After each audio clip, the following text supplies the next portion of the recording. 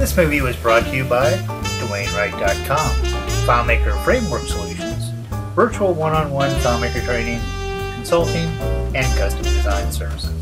For more information, please visit www.DwayneWright.com.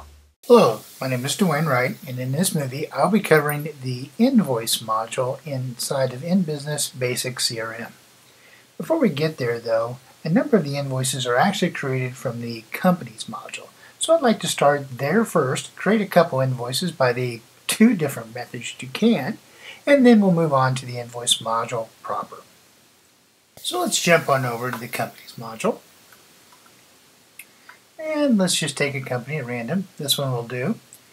What we want to do is to create an invoice from the company module, because then the link between that company and that invoice will be established without any other effort. So here we're just going to do a basic invoice, and we'll just click the Invoice button here at the top.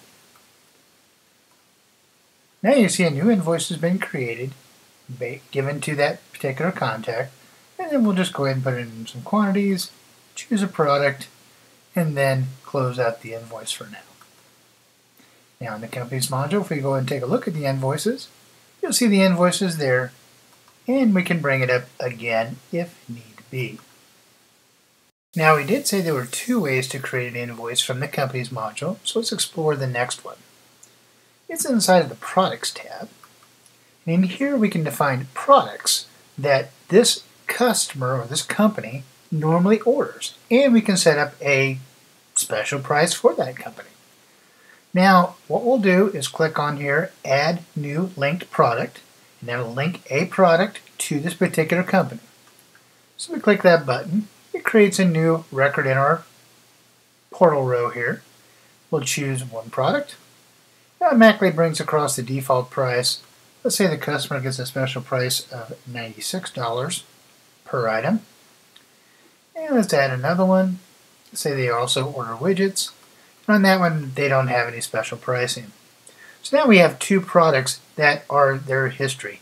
And we can even kind of add in a comment like, say, the antique mouse pads.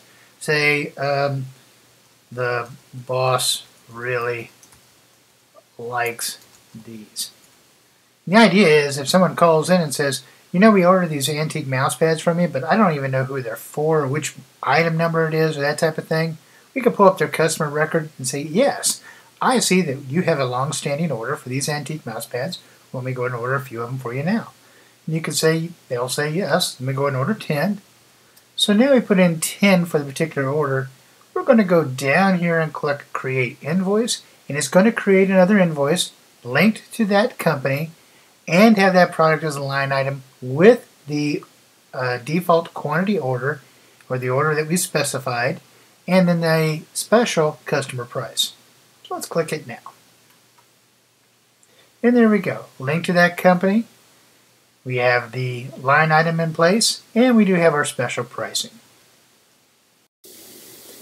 So we have just covered two different ways to create an invoice from the Companies module. It is possible to create an invoice that is not linked to a company record. You can create the record right here in the invoices. It's not what you would normally want to do, but perhaps this is just a exception type of order. You don't want to add them to the Companies module because you know they're not going to ever order from you again, whatever reason. There's a couple nuances about that. First off, you can click on the Create New Record here.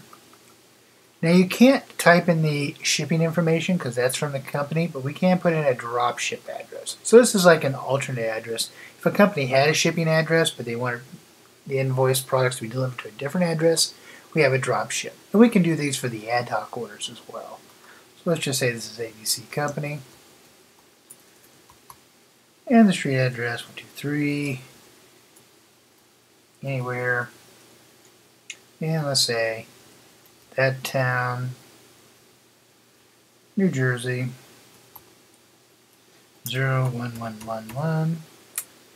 And the terms on that are going to be COD. And we can go ahead and add in a quantity, choose a product, and now we've created our ad hoc invoice for that particular company that we don't want to keep track of officially inside of the company's module. So up to this point, we have covered most of the options that are available for the invoice module, but there is one other thing that I want to cover, and it is a little more complex, and it may be something that you don't need in your business, but if you have a business where you have a significant number of back orders that happen on an invoice transaction, then you'll be interested in this. So here we're looking at a standard invoice in which we have a quantity for each of the line items.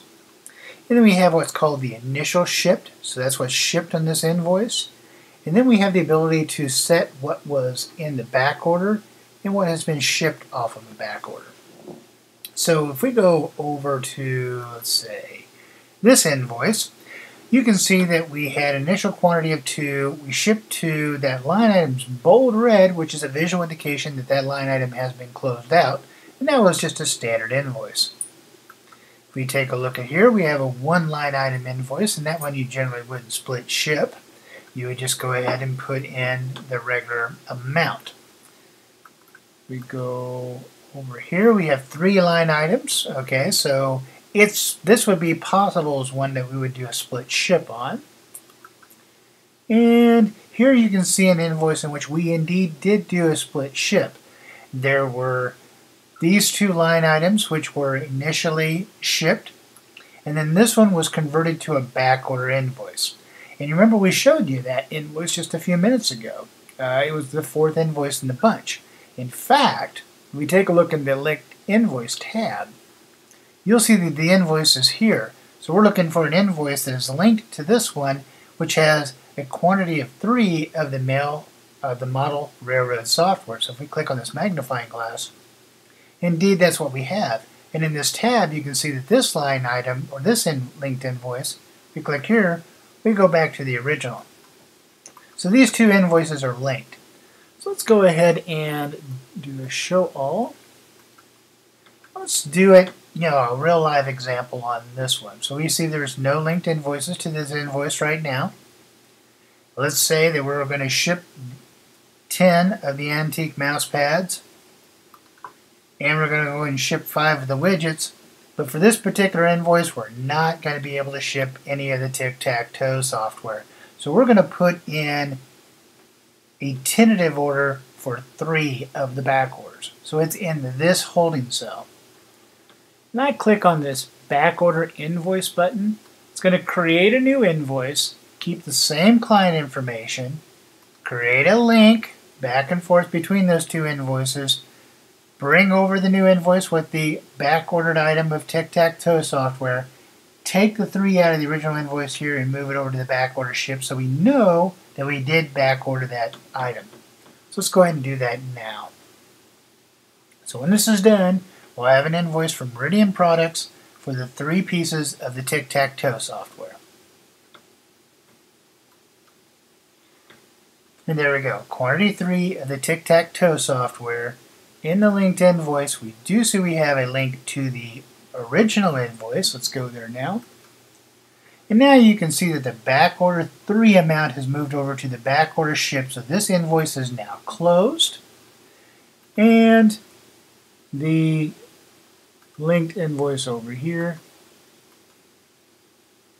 is, oops, there we go, and there we go.